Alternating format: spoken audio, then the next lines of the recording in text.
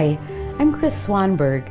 I've enjoyed being a volunteer at Natural Land Institute for many years, and I just was elected first official poet laureate of Rockford. So one of the things I love to do is to share writing with other people.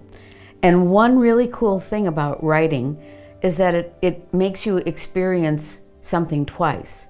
It makes you remember it better and delight in it.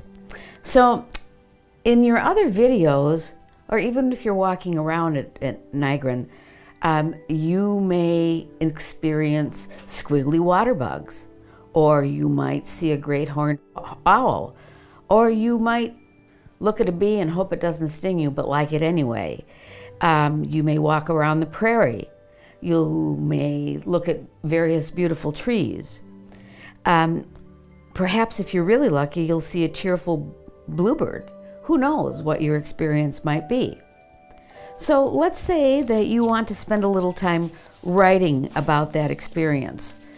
The best thing for writers to do is think in terms of the five senses and some feelings that you have when you are experiencing nature. I'm going to read these in the present tense, but you can write them you can write them in the past tense if you want to. I'm writing that as though you're doing it at that very moment, and you can do that too if you like. So here are some things to think about. I see, I hear, what do I smell? I taste, I feel, I sense, I wish, I want. Those are some good ways to get into writing about nature. Now, one of the things you could do is you could just write about in general being in nature. And it might go something like this. Today, I feel so free to be outside. I'm happy as the sunshine. The trees are green and golden. I smell fresh air. The pine tree smells really good. When I touch it, its rusty bark feels like sandpaper.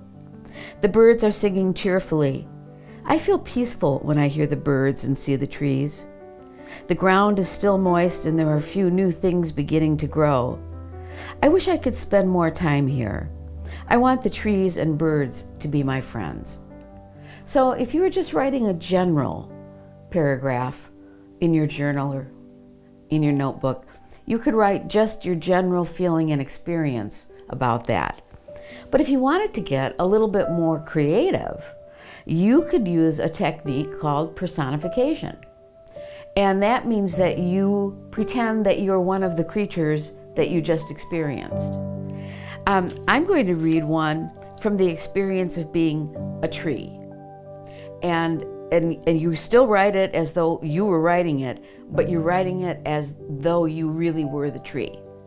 So if you're the forest detective and you were writing and you came upon a pine tree, you probably learned about different pine trees, you might write something like this.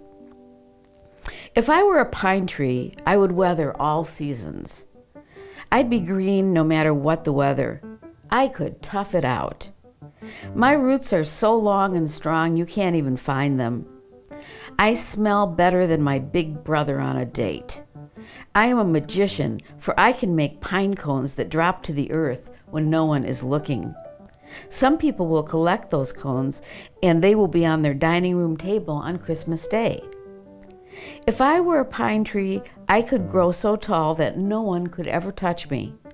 I'd grow so tall that only the birds could find the tops of my branches.